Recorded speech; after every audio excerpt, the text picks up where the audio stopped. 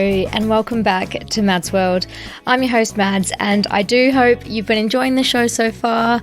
If you have, please remember to subscribe, rate and review the podcast on your favourite listening platform, and follow me on Insta. It's at madsworld.mp3. Can you believe this is our second last episode for season 5? Next week is my 50th episode, which is actually mental. But I have a very exciting guest joining us this week. This week, I'm joined by Lena Dune, who describes herself as a 24/7 collared submissive, kink writer, and most importantly, a fairy sub-mother to all who seek her advice. Lena hosts an advice podcast and Instagram page, both called Ask a Sub, for the kink curious to take themselves from dreaming to doing. Through her pod and Insta, she aims to bring wellness kink to the masses and equip every would-be kinkster with the tools to become their own BDSM BFF. Up next, we chat about what exactly a 24/7 collared sub is, how Lena got into the sub lifestyle, the history of sub-dom relationships, myths and trends in the BDSM community, approaching dating apps as a sub, and so much more. Hi Lena, how are you? Oh, so great. So happy to be here. Oh, I'm so glad to have you joining the podcast. We were just saying before we started recording that you love the way that TikTok people mock the Australian accent. Can you give me your best Aussie no? Nar. See, you're actually really good at it. I was like, if I'm only tested on that one word and maybe ordering a flat white, I think I can pass. No.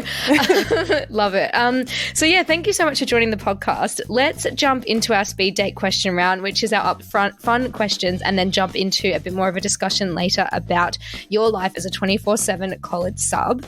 So my first question is, what are you most proud of? I mean, other than everything Ask a Sub, very proud of all that. I do speak 6 languages. Oh my God. English included. So that's something that I've devoted a huge amount of time to in my life, but don't get to talk about as much. But yeah. That's definitely a fave. That's amazing. What languages? Well, English, German, French, Spanish, Mandarin, and now I'm working on Japanese. Oh my God. And like, it's not even like they're all Latin languages either. Like, you've got some really impressive languages in there. Really just want to put myself through as much suffering as possible, which loops back to the whole sub thing. So, oh, I love that. What might people not guess about you? I think based on the sub thing, I think that they might think that I would be sort of naturally meek or, shy, and I think that I tend to come off as actually very outgoing, and it always surprises people that I'm not like cowering in a corner just because I'm a sub. And as a child too, I was always described as bossy before we canceled calling young girls bossy. Oh, I love that. So yeah, more outgoing than people would think. Oh, nice. Yeah, I think like in terms of something that people would not guess about me is that I am quite a social person, obviously. I've got the podcast. I'm very outgoing in a similar way, but I love my alone time as well. Like I need to recharge and, you know, sometimes I just need to like get a delivery, watch a movie, read my book and like have my recharge time. And that I have to have that or I can't be an outgoing social person. Do you know what I mean? Totally. Even outgoing people need to take a bath from time to time. We can't just be in the center of a party every minute. Oh my God. I literally have a bath once a week. It's become my like, ever since we bought a plug, I know this is ridiculous, but we didn't have a plug for the bath for like a year. See, in my world, plug means something different. So I was like, yep. My next question is, do you have any superstitions?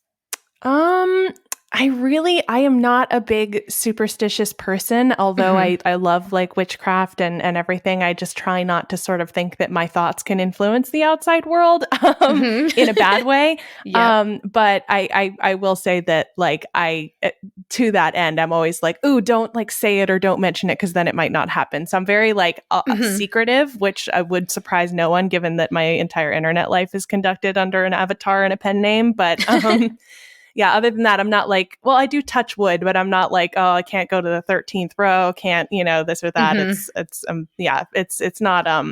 It's not as interesting as people who are like fans of sports and won't change their clothes, that kind of stuff. Yeah, I think touch wood's a big one for me as well. I'm like a touch wood. I'm like do you have jinxing it in America? Like, don't jinx it. Oh, yeah, definitely. Yeah. Yeah. that's the same for me. So what do you think makes someone a good person? The intention to try to be a good person, I think, is a huge one. And I think just empathy and listening are so undervalued. I think that we're living in such an economy of like, everybody wants to be an influencer, everybody wants to be the main character. And I think that's sort of compromised our listening skills. So when you can really listen to people, I think that is like a big step on the road to being a good person. Yeah, it's something I've definitely been working on, especially with the podcast, because I have to go back and edit every episode, obviously. And I hear every time that I interrupt someone and I'm like, torture. Yeah, I'm like, Mads, stop interrupting. Like, they were on a good train of thought and I'm just like, blah. So I'm definitely trying to work on that. But yeah, no, I totally agree. What is your definition of success? My definition of success is to not have to show up to a certain place at a certain time and work on somebody else's project. I think that I hesitate to use the phrase mentally ill, but as a person who needs like sometimes special accommodations, having to work a 9-to-5 job for me was torture and a nightmare. And on any terms, I would not trade the ability that I have now to make my own schedule for any amount of money or any amount of prestige. Like, to me, just being able to wake up when I want and calmly drink a cup of tea and get to my emails when I get to them is I feel like I've made it, and that's all I need. Yeah. And does that go hand in hand with having like a project or, you know, a career that you're passionate about and something that you have control of? Oh, completely. Yeah. And having the drive to get up and do it because it's something I passionately care about, as opposed to sort of faking it for the paycheck. Yeah, 100%. And I actually have one more question for you. What is the funniest date that you've ever been on, or the best date you've ever been on? Well, this relates back to question one, because there was a date that I went on in my Tinder days where I showed up to this date, and somehow while we were still standing at the bar waiting to order, this man is telling me that he's getting some kind of advanced degree in studying nihilism, like philosophy. And he goes, "Are you familiar with what nihilism is?" And I was like, "Yes, I've read Nietzsche in the original German." And he goes, "Okay, so nihilism is," and explains it anyway. And in the middle of that date, I was like, I'm on a medication where I can't mix alcohol with it. Not true. And I feel nauseous. I have to go home. And he was like, "No, I really doubt that that's the case. Let's figure out what medicine it is. You're probably fine." And I was like, "Oh, my Uber's here. Bye." Oh my God. So you've read it in German in the original like context. I mean, not all of it. It's excerpts, to be fair, but I still was starting at a level where he did not need to mansplain to him, but couldn't resist. Mansplain is something that just makes me cringe so hard. And it's just, I feel bad for them, I know. I'm literally like, I'm looking down upon you, like I feel sorry that you feel like you need to do this because it's so embarrassing. And also every girl that it's happened to just goes in the group chat and they're just like, you'll never guess what's just happened. Exactly. If they knew how hard they were being dunked on, they probably wouldn't do it as much. Dunked on. That's so good. That's so American. I love that. Yeah. Amazing. Well, yeah, thank you so much for sharing all of your responses there. That was awesome. Of course. So I'm really super buzzing to get stuck into our discussion all about your lifestyle as a collared sub. So can you tell me in your own words what a 24/7 collared sub actually is? Yeah. So a sub is somebody who plays the role of receiving or participating in power exchange sort of from the bottom, as it were. So the Dom agrees to sort of set the tone, set the rules, manage top line what's going on, and then the sub agrees to sort of follow, quote unquote. So when people hear that, they think, "Oh no, you're locked up in a cage all day. You can't make any choices for yourself. You're being like spoon fed through into your prison cell." And people get like really concerned. But the reality is that in real life, doms and subs are adults who have consented for fun reasons and out of the joy of wanting to to play these roles for a prescribed period of time. And in my case, the prescribed period of time is all the time. So instead of that looking like I'm in a leather gimp suit crawling across the floor when we go to Starbucks, it translates to my partner and I, who's now my husband. We just use the roles of Dom and Sub to inflect whatever most normal couples are doing anyway. So, we just moved and we're dealing with all of the chaos of moving right now. And so when we go to Home Depot to very irritatingly for the third time that weekend have to get some different type of screw, and I need to go to some other department to get some sandpaper, whatever, instead of it being this, ooh, what should we do? What's going on? We walk into Home Depot and my Dom turns to me and he goes, you got the sandpaper, I will get the screws, meet me back here right now. And then we do. So we'll do sort of the flow of regular life, but with Dom and Sub themes as the way that we navigate it together. Okay. And when you say it's an agreement, do you have like a written agreement in place? Like, do some people have that? Is it just like a verbal agreement? How does that kind of work? I think it's mostly calibrated to sort of the learning styles and the preferences of the people in the relationship. So my partner and I, we do have some things written down. We use an app, and then that's other interesting. things. Yeah, excuse me. Okay. And then other things are just sort of, we've been doing them so long that they're like completely innate to our relationship. Like one of which is to never raise our voices with each other or lose our cool with each other. Like it's an agreement that we always maintain sort of a respectful, dignified way of talking to each other, even when we're activated. And then, and there's other things like I will say please and thank you for things and, use his means of address. And we use, it's sort of like the water we're swimming in to such a degree that it's like, is that a rule or is that just how I treat him? Or, but then, yeah, there are people who will like detailed, entire contract pages long, this, and this. But what's important to remember about both of those things, like whether it's verbal or whether it's a contract, is that it's always negotiable. It's not like 50 Shades of Grey where you sign away your name on the contract like in the Little Mermaid and you're trapped for life in this one thing. It's actually like, yes, even if I agreed to that yesterday, I still have my safe words and I can still say, hey, this isn't working for me or that's, let's do this instead. Does everyone ask you if it is like 50 Shades of Grey? People tend not to because I think, which is great. I think that people know enough to know that is a nightmare, but they don't know, what they've absorbed from it that I need to like correct. So, people will be like, oh, is it like you're forced to go into his weird dungeon in his, high-rise apartment and get spanked incorrectly with all these things? Like, no, actually, no. Actually, no. So what first got you into BDSM and how did you sort of start researching it and like what sort of kickstarted making you want to become a 24/7 sub? I really wish that it was something like, I saw Secretary or 50 Shades and I was like, I'm going to do some Googling and then I'm going to, in a very clear-eyed way, like approach this and do it on purpose. But for me, it was a lot more haphazard than that. Like I was in a very, very long-term, very vanilla relationship that was really dissatisfying for me. And then as that relationship, we opened it up at a point in time and I started experimenting with other partners. And like, I think that I was asking for things like to be spanked or to be called names or these things that fit under the BDSM umbrella as sort of an extension of my own shame about what I wanted. Like I was sort of punishing myself through these partners of like, I should want to be in this lovely vanilla relationship with this, by all accounts, nice guy, but I don't. So I must be this sort of like bad girl who needs to be punished, right?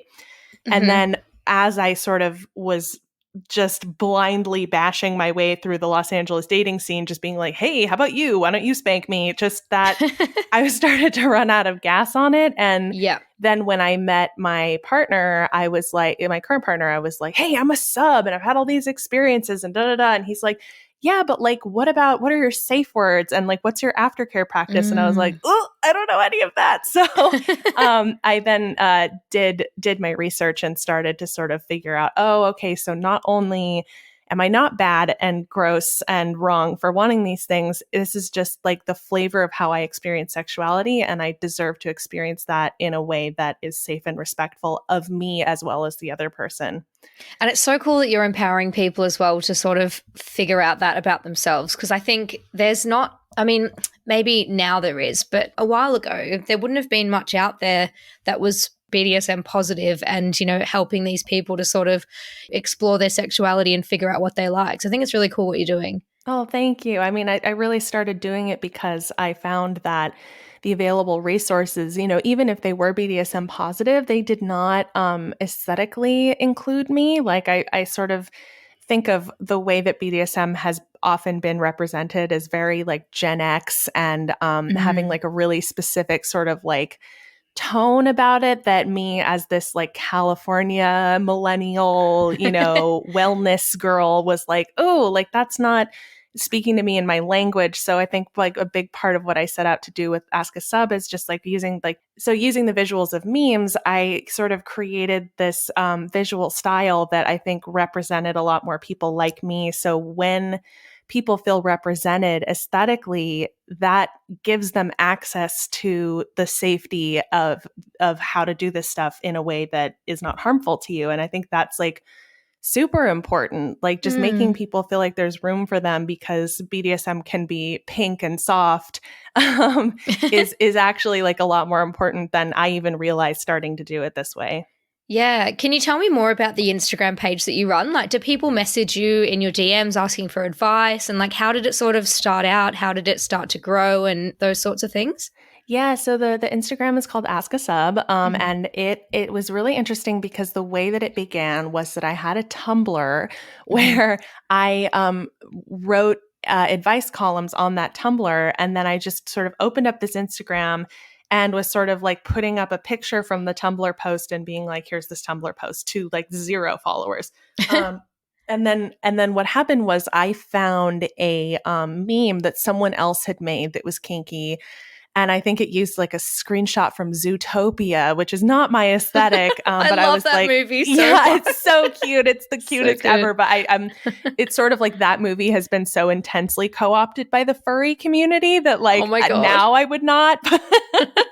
Even though, however much I may enjoy it and definitely think that Nick Wilde is hot. But anyway, so I posted this meme, and at the time and I hashtagged it a bunch. And at the time for me, it went like really viral. I was like, oh my God, suddenly I have like 500 likes on this thing when I have like no followers. And then followers started to come in, and I just decided like, well, I can make memes, you know, I can try that. So I started to sort of like put my own ideas about submission and like the kinds of things that I was writing in these advice columns into meme format. And from there, it just began to grow exponentially, because when people see memes, they share them, and they share them with their friends, and then everyone's like, oh, come over here, let's have a laugh. Here's all the content. So yeah, from there, it just grew and grew and grew. And as it was growing, I had a really good friend down here in LA. She was like, well, you should do a Q&A on your stories. Like, those are great for engagement. And I'm like, that's weird. Nobody wants to ask me anything, even though it's called Ask a Sub. Like, this is imposter syndrome in a nutshell. I'm like, well, what if they don't want to? What if nobody does? And one day I was sitting in jury duty, and I was like, screw it. I'm just sitting here. I'm waiting for hours. Let's just see if anybody asks me anything. And it was like a torrential flood of people being like, I'm having this problem, I'm having that problem, or like, what do you do when you this, and you're a sub, and how can you also be a real person? And so the Friday Q&A became a really big part of the brand, and I've done them almost every single Friday for about 2 years now. Oh my God, that is so fun. It's so nice to have a little community, isn't it? I feel like that when I'm doing these podcasts and sending them out into the world, I'm just like thinking about everyone listening. I'm like, oh, as if you care, like as if people actually care. It's so nice. They do, and they're there. Yeah. And it's wonderful, because people like so intensely need something to connect to. And like, I think the world, even since I've been doing this, has just gotten more and more lonely and more fractured. And when people can find a little pocket where they feel at home, it's like, that's so important. It's so cool. And earlier you touched on sort of when you met your current partner and just all the things that you had to learn and that were important to know. So what do you think are the most important things to know before embarking on a new journey with a BDSM lifestyle? I'd say number one, beyond like safe words, aftercare, what is a scene? How do I safely execute X, Y, or Z? Before any of that, I think the thing that subs so often are denied is the ability to trust themselves. Even if you are like, I don't know if I'm a sub, even if you're like, maybe I want to do kink, but I don't know. Going into the dating pool, what you need to know is that if you feel uncomfortable, end of story. You don't need a reason. You don't Yep. need to have been educated and be able to explain, because so many subs, when they come out into the dating pool, are confronted with people who don't really understand what BDSM is, but get a whiff of you being a sub and start to like posture with all this behavior that I refer to and many people refer to as being a fake dom, where they literally have no training in being a dom. They don't know anything about being a dom, but because they've seen a couple porns and it's maybe in their erotic imagination somewhere, they say, oh, you're a sub. Hey, do you want to get choked? Do you want to this and that? And it's like, as the recipient of that behavior of like someone suddenly aggressively sexting you immediately when you've matched, you go, oh, is this what BDSM culture is like? And if I feel uncomfortable, that's a problem for me, and that's on me, and I need to just get comfortable with this. Absolutely not. Your discomfort is the only thing that you need to know, and everything else follows from there. So if someone's making you uncomfortable, you are not an illegitimate sub. This is not how the kink community operates. You should be maximum comfortable with somebody that you are exploring this stuff with. God, that is such good advice. And I think, yeah, I mean, it just applies to so many situations as well. It's just sort of like if, like, you don't have to do anything you're not comfortable with, especially if you're trying to investigate a lifestyle like this to make yourself happier or to make yourself more comfortable, and you end up feeling less comfortable, you know, it's sort of counterproductive, isn't it? Yeah, and really scarring and hard for people, Yeah, because definitely. then something that could have been so great for them is tainted by these experiences. But you know, you can always bounce back, you can always heal, you can always recontextualize, but you know, take care of yourself and just know that you're allowed to say no. Yeah, that's such good advice. So obviously you are so well versed in this field. You've got your podcast, you've got your blog, and you know, you've written about all of these things. So can you tell me a little bit more about how the history of the subdom lifestyle like has evolved over time? And you know, obviously there's all these great resources out there now, but how do you think it was, you know, 20 years ago, or you know, 30 years ago, 40 years ago? How has it sort of changed? Yeah, so we're really lucky to have pretty good documentation of leather history in the US. And I think a lot of kink culture owes its roots to that history. And that history is an inherently gay and queer history. So, you know, leather as we understand it now, and many people practice kink without a leather component. But as a cohered culture, the documentation that we have tells us that that sort of bloomed out of like a post World War II motorcycle culture among gay men primarily. And then those sort of practices were always running parallel to the gay community. Whether or not they were accepted by the larger gay community was a completely different story, but it was always this very stigmatized, very taboo underground of like, not only have we been rejected by society, but we've also been rejected by our own people among the gay community at times.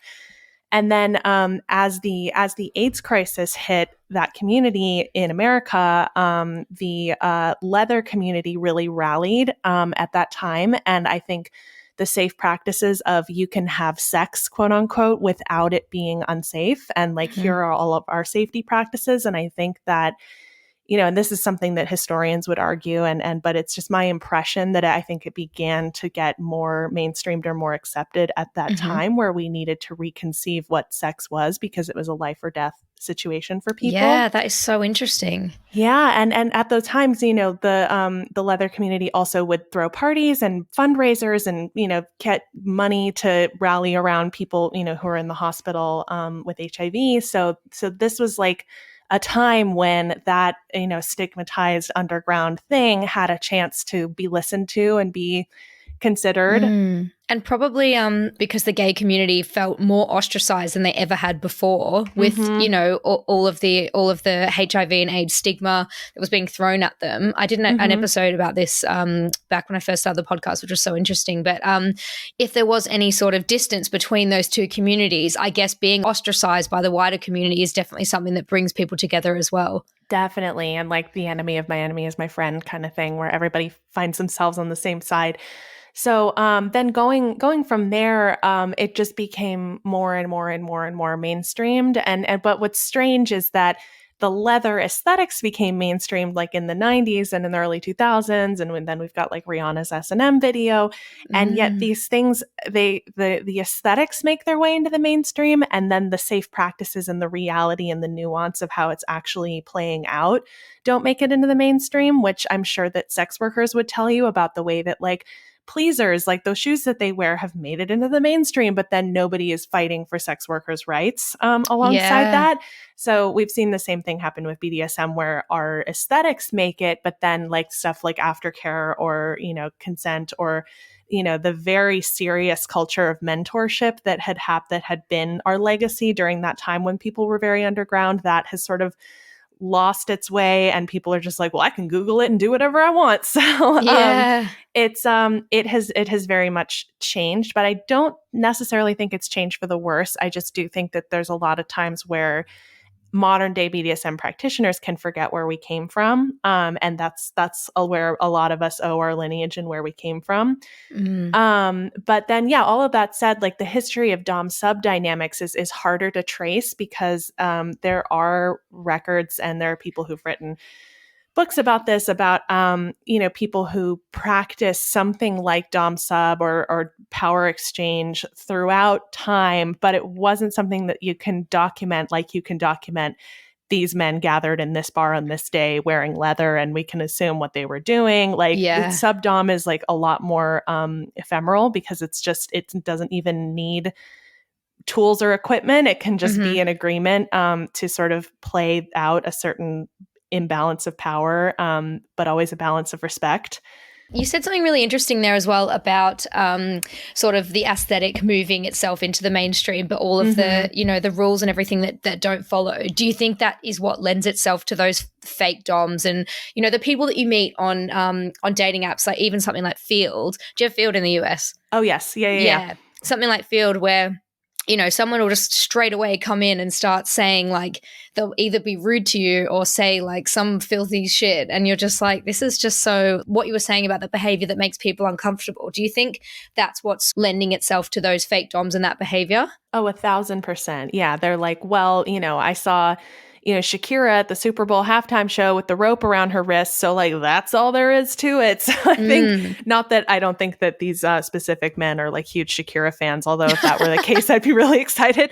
But yeah, I think people see it and they're like, oh, well, I understand this. And it's very strange because you don't get people who see like, you know, like a viral video about some like extremely difficult crocheting technique. And they're like, oh, I can do that. Like people can see with other types of handiwork that take study and preparation, like they can see with other types of things like art forms, they can say, oh, well, that's someone who's studied this and I can't just pick it up and do it. But with BDSM, like it's so much more subtle what makes a good practitioner a good practitioner. So people are like, well, I can do that because I can put on a leather hat and go buy a whip. But like, there's so many nuanced differences. Like small totally things different. That are like social cues and everything in those communities that they would have no idea about. And again, it's like we were just saying about the mansplaining is like people come in and they embarrass themselves because they are suddenly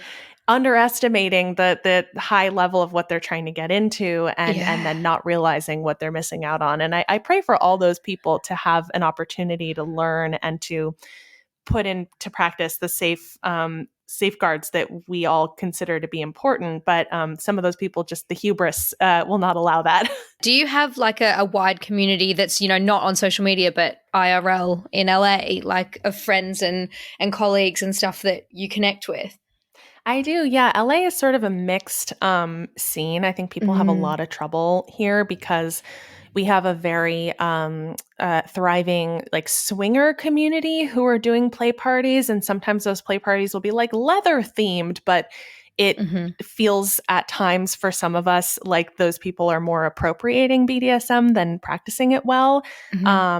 Whereas, you can still find though, like people who really know what they're talking about and know what they're doing. But, in LA, we are often very much up against like LA's culture of like normative hotness and like normative relationships and like parties being the super like produced thing because everybody has these skills from the TV industry. So I think it can feel very exclusionary and difficult to access. But then, yeah, I do have friends where I've like made relationships with people one-on-one where we're like, oh, that kind of thing isn't really for me. But, we can get together and talk about ideas and connect, which is something to know for everybody that just if you have a local scene, that scene is not always indicative of who around you is into BDSM and what those people are like. Like the scene in London also very specific. Like, you've got the verboten parties and like house and dance music being heavily associated with BDSM. And I think people in London may think, well, I don't like house music, so can I even be kinky? And it's like, yeah, there's a whole nother way of doing this. Yeah. And when you said before about people having parties and appropriating BDSM tools or whatever it might be, why do you think people are doing that? Is it because there's a rush to it? Is it because they want to dip their toe in something? Is it, what do you think the reasons are that people are dabbling in that? Is it a shock factor thing? Do they just want to, feel like they're doing something crazy? Like, why do you think people are doing that? Yeah, I think that BDSM like is the ultimate shortcut to feeling like naughty and bad and like you're getting away with something. And I think that in those spheres, I'm going to just broadly generalize in a way that I'm sure would make a lot of people mad. But in those spheres, a lot of times the people in here in LA, specifically, a lot of times the people playing with those BDSM costumes carry a lot of intersecting privileges that make them sort of miss the mark on what else is going on. Because, when you put on the costume, you also need to think about the fact that we are playing with power, and the way that power functions in the outer world is very specific, and we need to be aware of it and we need to counterbalance it. And so that's why BDSM in queer spaces sometimes is practiced more safely, because queer people have the experience in the world of being stigmatized, of being rejected and ostracized. So we have a little bit more of a consciousness of how power works than like two straight white folks putting on the outfits. Yeah. That is not to say that straight people cannot practice BDSM. It just goes back to the thing of like, where it comes from. And when you put on the costume, you need to understand that playing with power is like serious business. And it's not like, hey, let's go be like silly and naughty and put on like a, little leather hat. Like there's a lot more to it. Yeah, that is so interesting. God, I'm absolutely loving our chat. I'm learning so much. This is really great. My next question was, what are some of the main myths surrounding the subdom lifestyle that you can bust for us now on the podcast? Oh, I love to bust myths. I love it. I think one of the main ones is that people look at subdom relationships from the outside, and they see a person who's powerless and a person who's forcing the powerless person to do stuff. And this is something that I like to call the window test. So like if you're standing outside the window watching a BDSM scene unfold, like maybe somebody's getting spanked and tied up and the other person is relentlessly spanking them. And from outside the window, you're like, oh no, is that person okay? Look at the things they're being forced to do. But you're missing the part where that person was like, please do these things to me. So, yeah. And has their safe words. And it's like, feels really empowering and fantastic for that person. So like, subdom relationships are not operating with power the way that it happens non-consensually in the outside world. It's importing power from the outside world and saying every aspect of this is going to be consensual and chosen. And that's why a lot of people can bring in the oppression they've experienced in the outside world and play it out in a scene. And that's why like a lot of people who identify as women and who have lived lives under patriarchy can say, well, I want to be a sub, but how does that make sense when I've been oppressed in these various ways in the workplace or out, in relationships in my family? Things have been expected of me, but I want to go be a sub. And it's not actually as contradictory as you'd think, because you're like taking the things that have been non-consensual and saying, I'm going to experience them on my terms in a completely different context. And I'm going to be able to say no for the first time to things that I've never been able to say no to. And I'm sure that brings a lot of internalized shame as well, especially for, as you're saying, assault victims. And as a woman, it does give you that power and control back if it's something that you've experienced being oppressed under the patriarchy for your entire life. So, yeah, I think that's so interesting that you've said that. And healing, it's really good for people to be able to experience these sorts of themes. And people of other marginalized identities will do the same thing. That's just the one that I carry, and what I sort of interact with the most is like, how can I take these things, like even, in my 24/7 dynamic where I do things like cooking and cleaning, it's not the way that my mother and grandmother did cooking and cleaning. It's in a way where I like to cook and I, occasionally want to clean, but I'm always doing this with like affirmation and the ability to negotiate it and to talk about it, as opposed to this sort of culture of silence where it's like, you do this and that's the expectation because you're being a good wife. Whereas, housework still has to get done, and to have it done in a way that is more consensual and conscious is just it. That's the name of the game. And I suppose another myth might be around like love and emotion and feelings. Can you talk to me about this? Because obviously you're married, and I think some people might, as you were saying about the window test, like people might look in there and they might not see love, or they might not see care and respect. But can you tell me how these sort of relationships function when love comes into play? Yeah, I think that love it's a language, and we have all of that love language stuff, and some people's love language is having love expressed to them in these really non-normative ways through kink. And I'll give you one like very vivid example from my own life that always sort of shocks people, but then once you hear it, it makes sense. So like I have a very intense cucking fetish where I have this fantasy of my husband having sex with another woman in front of me and sort of ignoring me, right? And so, which, like, by the way, that's not something where I've like, before I ever began kink, I was like, I have a cucking fetish and I'm going to go figure it out. Like, it has developed over time, and like we've done extensive like trust and play and negotiation and like waded into it very slowly and deliberately. And that's something I talk about on other platforms. But nowadays it's like when we're in the midst of a cucking scene and I've got my wrist tied behind my back and I'm kneeling on the floor and I'm like watching from across the room, my husband will like be looking at me to make sure that I'm okay. And then he'll like turn away and look at her instead and be enacting ignoring me in a way that he and I have talked about millions of times, where he knows that I love that and he's providing it for me. And that is like, to me, not only obviously super sexy because that's what I want, but it's also like really romantic to just be seen and like in that moment, not infantilized, because I think a lot of partners would be like, well, there's no way that you could like this, so I'm not doing it for you. But he's like, I trust you to tell me what you like and what you want, and I'm going to do it. And, suffer the consequences over there, which is the consequences are getting married and living happily ever after. So Are there any emerging trends in the sub-dom community that you've noticed? So obviously we spoke sort of about the history and a lot of it from an outsider's perspective, it seems like a lot of it has remained quite the same. But I guess like you were saying, there's so many nuanced little social differences and stuff that someone from the outside might not realize. But yeah, in terms of trends, is there anything that you've seen that's up and coming or that has emerged over the last few years? I think that I'm sort of very much riding one of those trends with what I do. And that trend is wholesome BDSM, wholesome DS. Because, I think that BDSM and DS has always had that sort of hard edge and been considered, very fringe and sort of dark and goth and Renaissance fair. And like there's just been this very specific association with BDSM for generations. And I think that as millennials and Gen Z people come into it, we want to inflect it with our own ideas and aesthetics. And I think millennials, on average, I think we are kind of a wholesome bunch. Like we were raised on like, in a time where, at least in America, like the Obama years, and like we came of age in this very like innocent time. And we've experienced also many losses of innocence as well.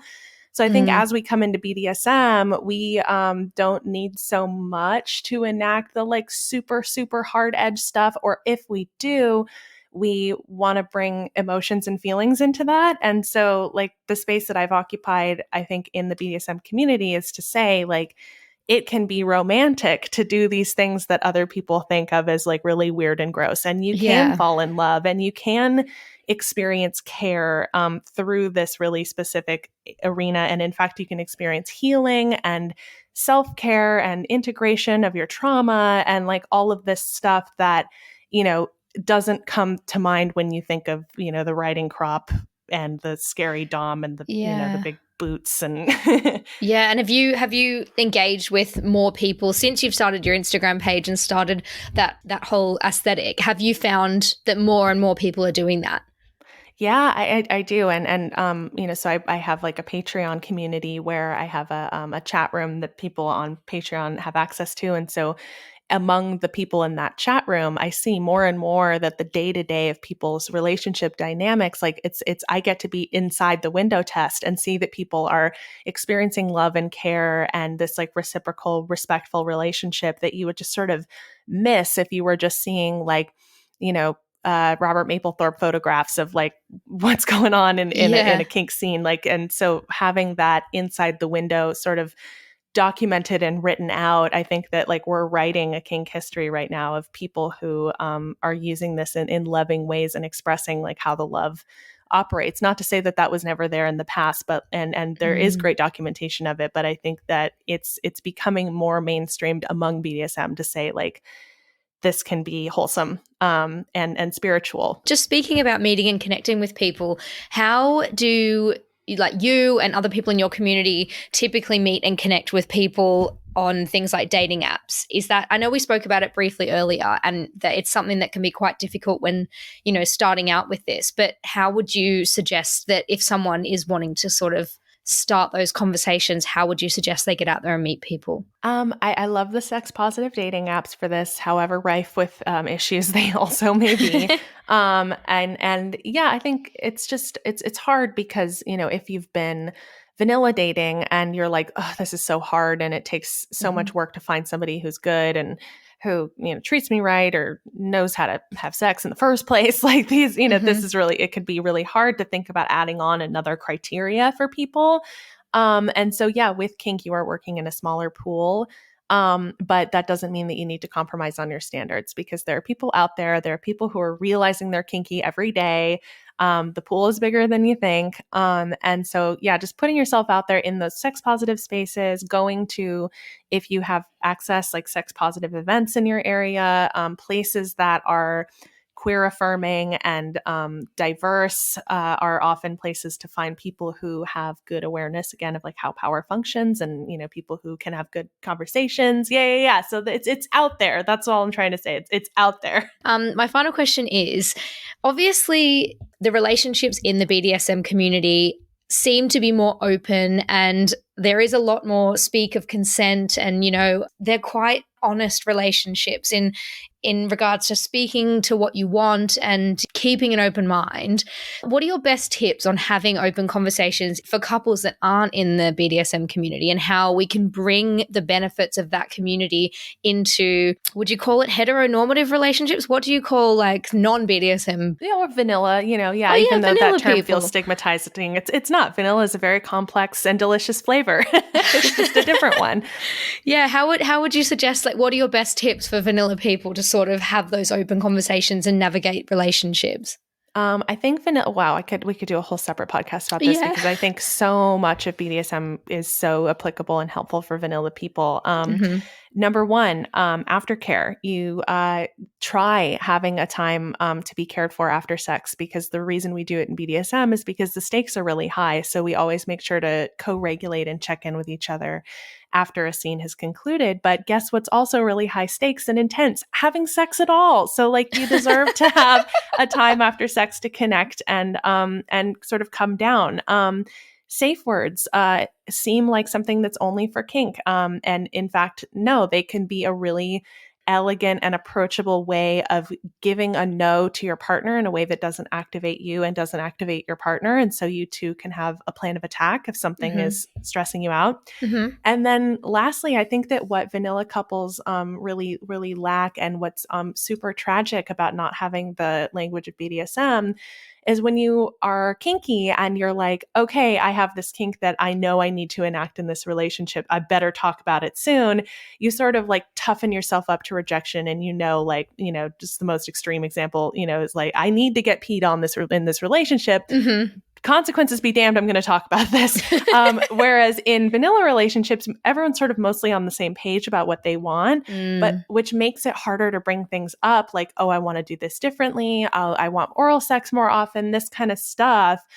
So what vanilla couples are really challenged to do is to find a way to be able to communicate these things without your partner receiving it as rejection or criticism. Yeah. Like, just because I want to create a sex life for both of us that has me more satisfied or you more satisfied or something else is happening, it doesn't mean that you're wrong or bad or what we've been doing is wrong or bad. It just means that maybe we've been enacting a script sexually because that's what the culture has told us we're supposed to do. And we haven't had an opportunity to actually consent to that. We haven't said from the ground up, this is what sexuality should be for me, which kinksters have the opportunity to do. Some people are like, to me, sex is getting peed on. So like in the vanilla world, you don't have a chance to say like, to me, sex is X, Y, or Z. So like finding that collaborative space to be like, this is what I want is something that's so important to erotic satisfaction over the long term. And vanilla people can be really deprived of. That is fantastic advice. Thank you so, so much for coming on the podcast. I honestly have just been smiling this whole pod because I think this podcast is just something that has opened my mind up. I know that people out there listening have reached out to me and said it's opened up their minds. And like, even because obviously the target audience of this podcast is quite female focused. It's quite queer focused as well. But people's, straight cis boyfriends listen and they're like, oh my God, I never thought that I would, find myself listening to a pole dancer or, a 24/7 cold sub. It's so cool and it's so empowering. And I think, I just think what you do is really awesome. So thank you so much for coming on and chatting to me. Oh, thank you. And let me just say to those straight cis boyfriends, you have all the power to create a very, very cool sexual environment. You're not canceled. You're very important. And we're all rooting for you. So go out and learn some consent and aftercare stuff.